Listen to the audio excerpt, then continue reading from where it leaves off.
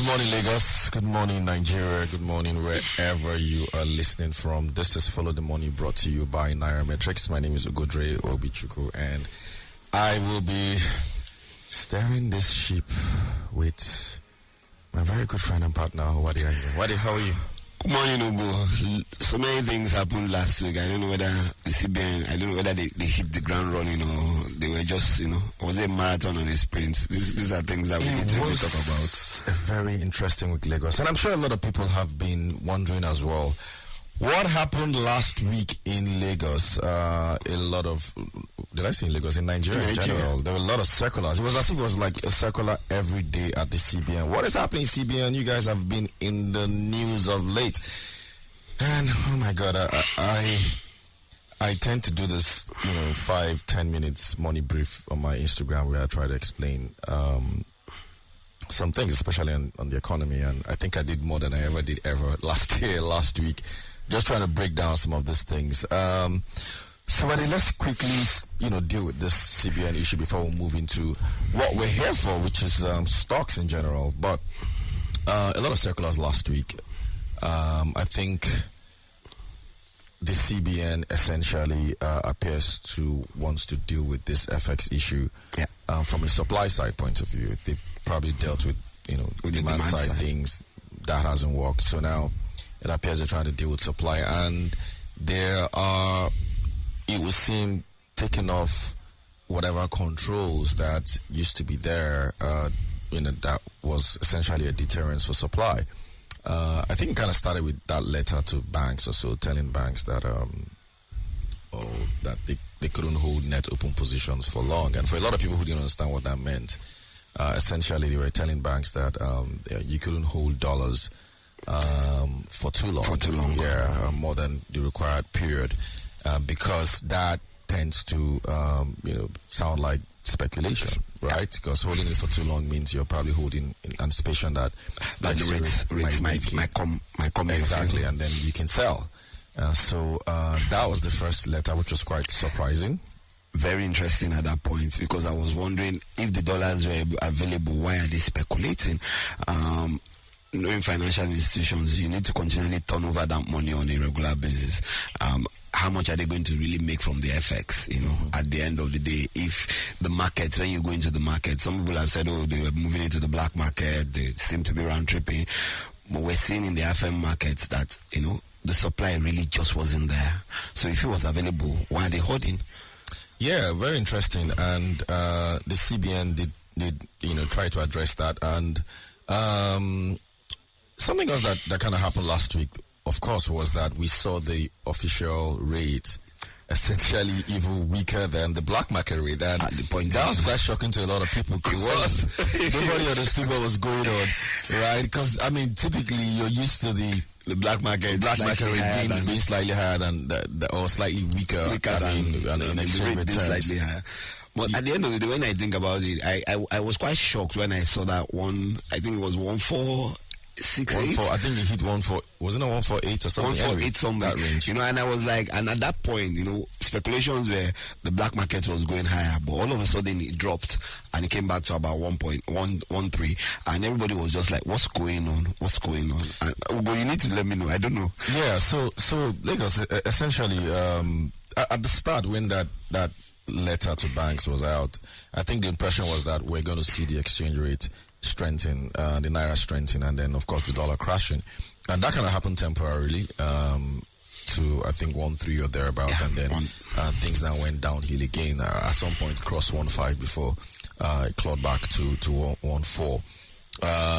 From what it looked like, my own impression was that as part of the supply mechanism, they were trying to essentially depreciate the rate for the official market to be, maybe in tangent with the parallel market, and that was maybe a way to allow inflow of dollars into the official market rather than allow those dollars to play the parallel market. And if you've been listening to this show, I've always said, why do we have such huge disparity between the official and the parallel market. And then even within the official market, the intraday high lows was just the gaps were very wide. Sometimes it looked like up to 700 naira. Yeah, it didn't look like at some point intraday low can be 750, intraday high can be 1,000, and then it close at 850. Kind of looks like there was something funny going on there. So now we have the official rate trading consistently or slightly even weaker than the black market rate. And I think the signal here is that, look, you can bring in money into this country via official channels, and the rate is going to be constant weights or close to, if not even weaker than the black market rate, which is kind of strange. Strange strategy. And of course, we now heard that crazy news about domiciliary account, which of course Lagos, it's fake. Like I've pushed out on my Instagram. If you're not following me, you can follow me on Instagram at Ugodre. It's fake, and it can't happen. Like, you can't have domiciliary accounts being converted in naira, and that thing has been coming up. We've been hearing rumors of it for years, and Lagos, it can't just happen. So anytime you see that news, it's pure fake. It's not gonna happen. Even if they wanted to do it, they can't do it. And banking just doesn't work like that, right? Doesn't work like, you can't just take money that is in deposits that probably has been lent already. Because I mean, when you put money in a bank, it's not like the money is just in some safe and locked up. Bank has to make money with it's that in the money. system already. It's probably been lent already, probably been used already. But because of the way banking works, whenever you want to go have your money, you can go have your money. So Lagos, please, nobody should be worried about things like that. It never happens. It has happened in some countries, but they already know the consequence of things like that. So it can't happen here. I don't even think it's going to happen. There's just no economic or political will to do anything like that. So that was, first of all, debunked. I think it was over the weekend. That was the Friday. So it was good that happened.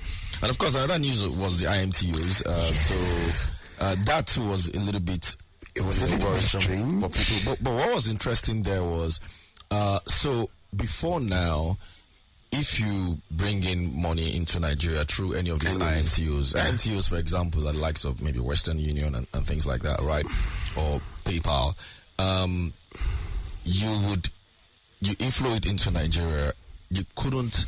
Those IMTUs couldn't buy from you. Let's say you have a family in the US and they wanted to send money to Nigeria. They couldn't sell to the IMTUs at more than 2.5% of the official rate. Okay, so they had like a band, plus or minus 2.5%.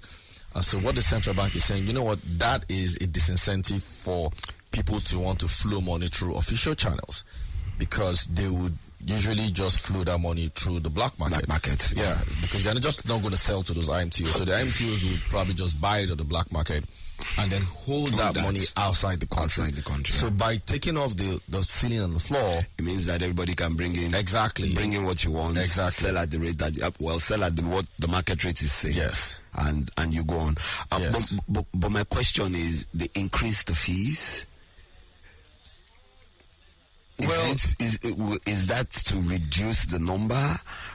That's a different matter. I don't want to go into all that one, because you see, all those things, like what you say, all those things play out in different directions. Yes. You know, are you trying to reduce the number of IMTUs, or are you trying to reduce the number of participants in that market? Because we are talking about supply. If that becomes a disincentive, how do people flow in monies from different parts of the world? You're right, and there's also this talk around whether the fees is in dollars or in naira, and why of the central bank would even be pricing fees in dollars. Of course, CBN officials claim that it's in dollars for foreign IMTUs who want the license, but local IMTUs in Nigeria can pay in naira. Anyway, so that's it for that. And of course, this morning in the news as well, the central bank governor was interviewed by Arise TV. I think excerpts of the interview was out on this day, and interesting that he also claimed that 2.2 billion or so, or 2.3 billion, 2.2 billion of the 7 billion outstanding claims was not real, right? And so for that reason, there's just less amount of money that Nigeria needs to pay for outstanding obligation. And in case people are wondering what this is, actually 2.4 billion actually. So remember, they've always been saying there's a pent-up demand of about $7 billion or thereabout that Nigeria needs to pay. So CBN is saying they've done over 2 billion already, and that they found out that there's a 2.4 billion that is not real, and they've had a forensic investigation claim that it's not real. They've told the people to come and justify, and they're confident that a lot of it is not real, and so they have maybe a balance of another 2 billion plus to pay, and that they're going to clear that. Now, why does this matter? The conventional impression out there is that pent-up demand, until it is clear, you're not going to see FX flow into the country, and then you're also not going to see some, particularly international airlines, reduce their prices. Yeah. And so it's important that the CBN clears this backlog so that might pave the way for supplies. I remember, just one last thing for me. I remember that they had claimed that they had paid out all the verifiable claims for international airlines. So it's about 132 million that has been paid so far, out of what the news has been about 800 million. So let's see how that goes. Interesting is that the IATA came out last week and said, look, you're still owing us money, $700 million or thereabouts. So that's not enough. So that is all. I mean, it's just been a very crazy week. You want to read that report? Quite interesting. The central bank governor also spoke a bit about intervention funds that happened under Emefiele, saying that, look, he has no objection to central bank intervening in the economy. Is just how it was done that he doesn't like. And by the way, those intervention funds also amounts to some of the ways and means that we're seeing. I think according to I hope I'm not mistaken, but in this story, it sounds like the total loans and advances in the economy is about 40 trillion, according to the central bank governor, with 25% a loan being 25% of that amount being intervention funds. That's a huge amount of money. And for Lagos, in case you guys don't understand, intervention funds are meant to stimulate the economy, and it happened globally as well. But unfortunately, when you try to stimulate the economy with intervention funds and it doesn't lead to economic growth, the fallout is usually hyperinflation, and that's what we're experiencing at the moment. And so CBN essentially admitting that, look, a lot of those things, as much as they were well intended, those policies did have obvious consequences. So, Adi, what do we expect this week? What circulars are we going to see? Because it looks like we're seeing circulars every week, and from the way things are going and from what I hear, there might be more circulars popping this week. Well, we saw the one on cash reserve. It's no longer going to be direct debit, so everybody will have to manage that. Off the top of my head, I know that they are still probably going to release some new circulars on the FX issues. Are they going to reverse the IMTO order? Are they going to, a number of things that, but my question to you will be, what are they playing at? Very good one. Very good point. Even though I don't think, I think the aspect of the IMTO is that they're probably trying to maybe they might have to look at is the outbound side, because you can inflow money through IMTOs, but you can't outflow money through IMTOs, which was a huge departure from what it was in the previous regulation. Yeah. So maybe CBN might want to clarify that. And by the way, CBN needs to come out and clarify things a bit more often. There's just so many circulars out there, and Nigerians are wondering, can you just explain these things to us, right? So I'm hoping that it's good that the central bank governor came out to speak. Maybe had the interview with Arise. I hope that his officials come out and speak a bit more, explain those things, so that we can understand a lot of all these circulars, because they all impact Nigerian lives, whether you like it or not. Some of my friends will tell me, look, the circulars are not addressed to the public, it was addressed to banks, it was addressed to we all have monies in banks. It affects everybody, and we all want to know what is in there. Anyway, to close this out, what is the CBN trying to do in Nigeria to fix Nigeria's forex issues? There's a demand and there's a supply side to things, and on the demand side is about controlling how much FX you spend. But the central bank is saying, you know what, they're not going to do that anymore. That is why they sort of banned the 41, on the 41 items or 43 items. And so you can actually do whatever you want to do with FX. Now, the other side, which is supply, which also had some kind of restrictions through pricing, that has also been taken off. So it really seems like we're in a full-blown flexible exchange rate regime, where the market is now at the forefront of how prices are determined. Now, it's a good thing because in the right economic environment, you would expect to see FX flow into the country. But we're not yet in the right economic environment. There's still a lot of headwinds.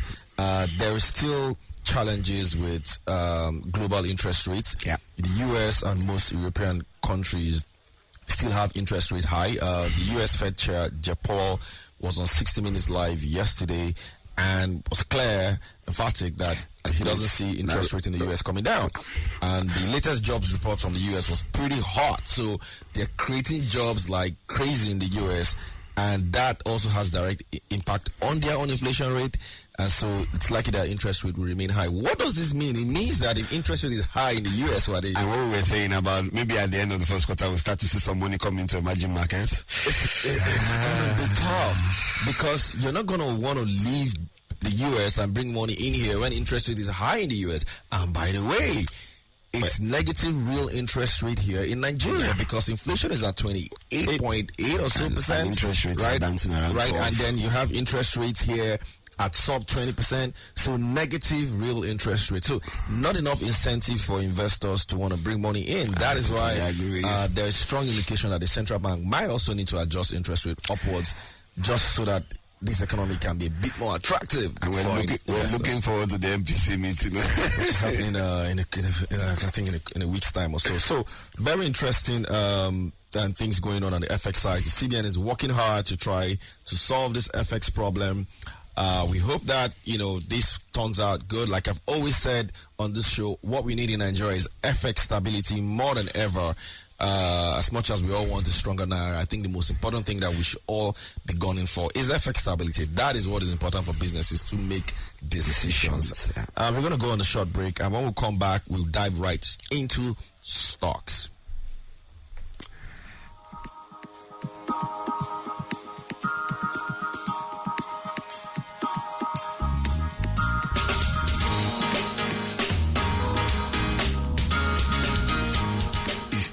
All right, welcome back. If you're just joining, this is Follow the Money, brought to you by Nairametrics. My name is Ugo, and I also have Wade right here with me as we discuss what's happening in the Nigeria's financial markets.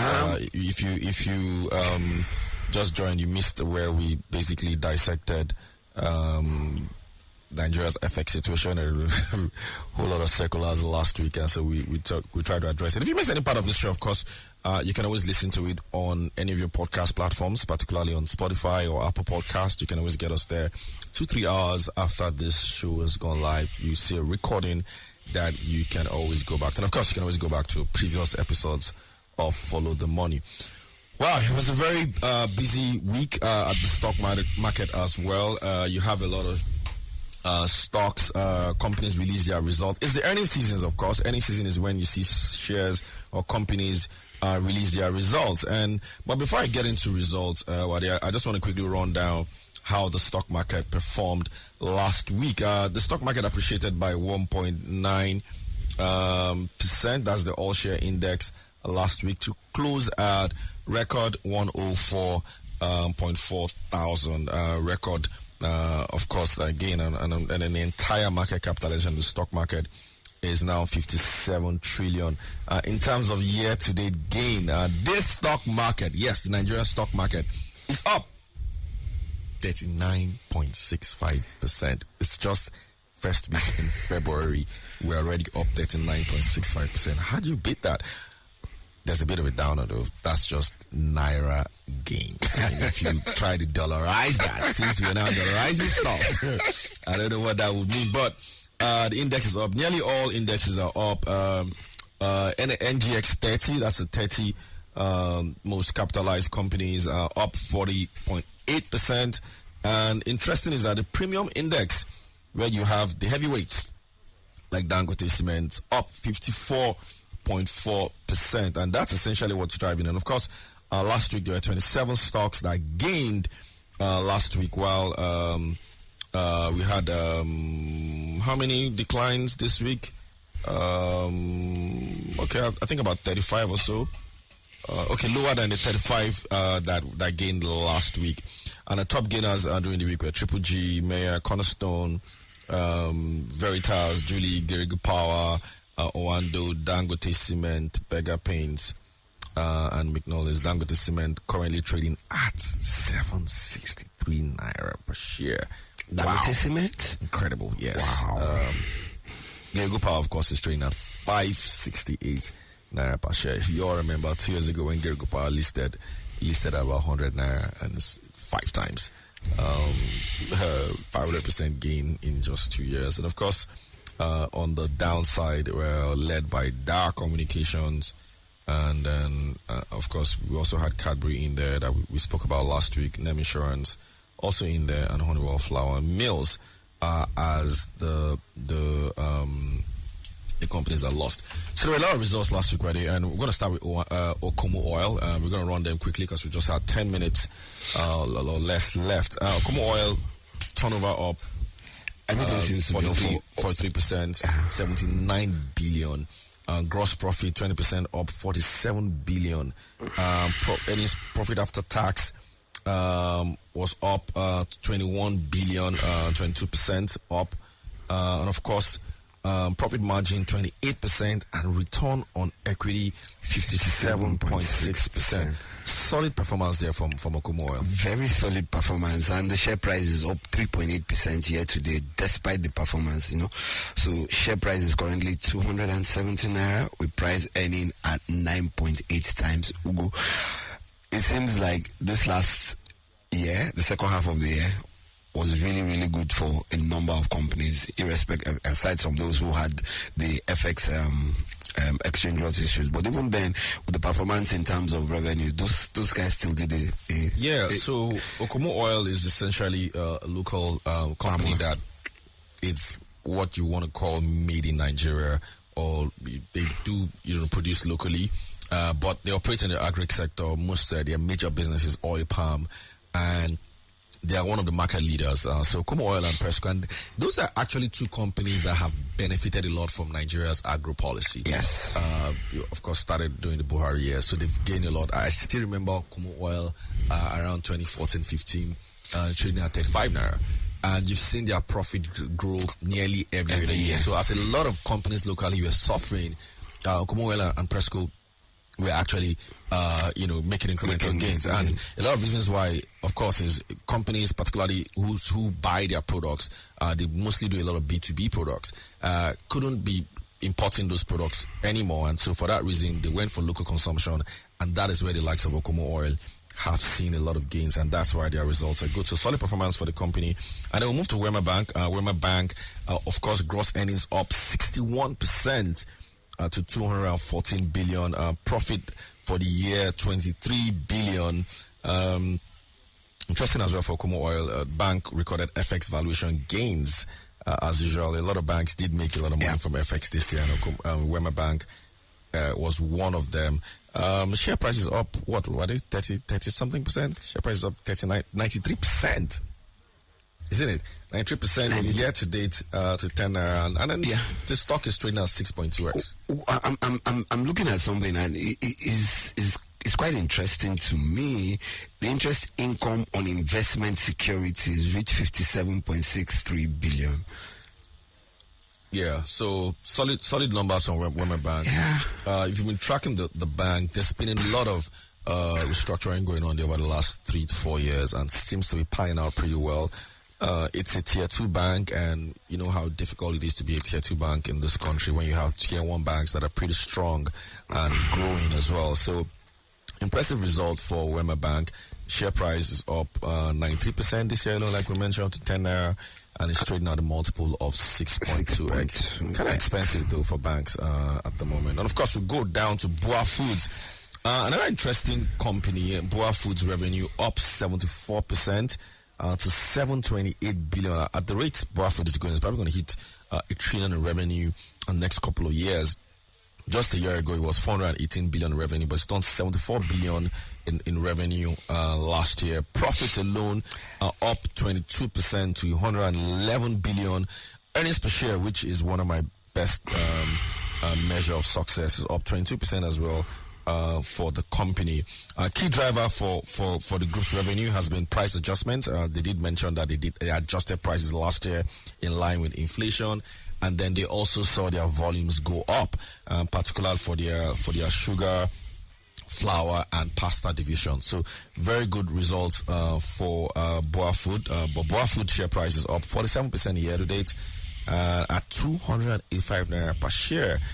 Price to earnings ratio at 26 times. Pretty, a little bit expensive. For Lagos, if you're wondering what price to earnings ratio means, I mean, it's just the market price of a stock divided by its earnings per share. So the higher that number, the more expensive it is. So the closer that number is to 1, the cheaper that stock is. But doesn't necessarily mean that stocks that are priced low in terms of price to earnings ratio are better investment than opportunities than the other ones. So I mean, but it's just a gauge anyway. And then we'll move on quickly to Transcorp Group. That's the group that has power and hotel and oil and gas and agro all in it. Transcorp Group has been one of the best performers in terms of share prices last year. But their numbers are finally out. Revenue is up 44% to 193 billion last year. Profit after tax 34 billion, up 102%. From the year before. So pretty solid numbers from Transcorp Group. They have a cash balance of about 12 billion, solid cash pile that they have. Primary revenue driver for Transcorp, of course, was power, the power sector. The power business did pretty well. I mean, they own Ugodre power plants and a few other power assets within their group. So did pretty well as well. And I think the hotel revenue also contributed significantly. I think contributed 22% or so of the group's revenue to 42 billion. Share price of the group is up 77% this year alone at 14 naira. Actually dropped a bit. At some point, Transcorp, if I'm not mistaken, hit about 19 naira. Price to earnings ratio 42.5%. And it seems for me that the market value is just gradually growing and trying to hit that suit category as we're going. So, fun fact: Transcorp Hotel, which is a subsidiary of Transcorp Group, sure they'll get there. There's been this gist about maybe trying to spin off the power business the same way they spun off Transcorp Hotel and list their power business as an independent maybe entity. That could help with the valuation, because I mean there's a way market values things. I mean, think about it. So you have the hotel valued at 1 trillion plus, which is a subsidiary of the group, and then the group is valued less at 600 plus. So a bit of a disconnect there, and that is why you're seeing that. Fidelity Bank, tier 2 bank as well, up 64% gross earnings to 552 billion. Profit after tax 101 billion, up 117%. So congratulations to Fidelity Bank. I think this is the first time they've joined the 100 billion naira club when it comes to profit making. Yeah. So they essentially achieved that. Earnings per share up 96%, of course, to 303 naira per share. The bank also did well in terms of deposits. Deposits up 50% plus. Wow, to 4 trillion. Interesting numbers. Return on equity 27%. Those are pretty strong numbers from Fidelity Bank last year. Share price is up 17.9% to 11 naira per share year to date. Price to earnings ratio 4 times. That looks like a pretty cheap stock. Looking at the way banking stocks are priced. And then finally we go to Airtel Nigeria. Time is against us. Airtel Africa, actually, their numbers were solid all through. Airtel's numbers is usually their 9 months, but focus for me for Airtel would always be the Nigerian side of things. So in terms of like local currency, right, Airtel was 27% up in terms of revenue, but when you convert it to dollars, it's actually 22% lower. So Airtel Nigeria alone came up with revenue 9 months, Lagos, $1.2 billion. I mean, this telco business is crazy. $1.2 billion for what I see here. And that's just for 9 months. Yeah, that's for 9 months. And of course, voice revenue was $587 million. Data revenue was $539 million. Likely going to surpass voice revenue very soon. And then other revenues, $673 million. I mean, data revenue for Airtel, interestingly, did drop from last year. It was $653 million.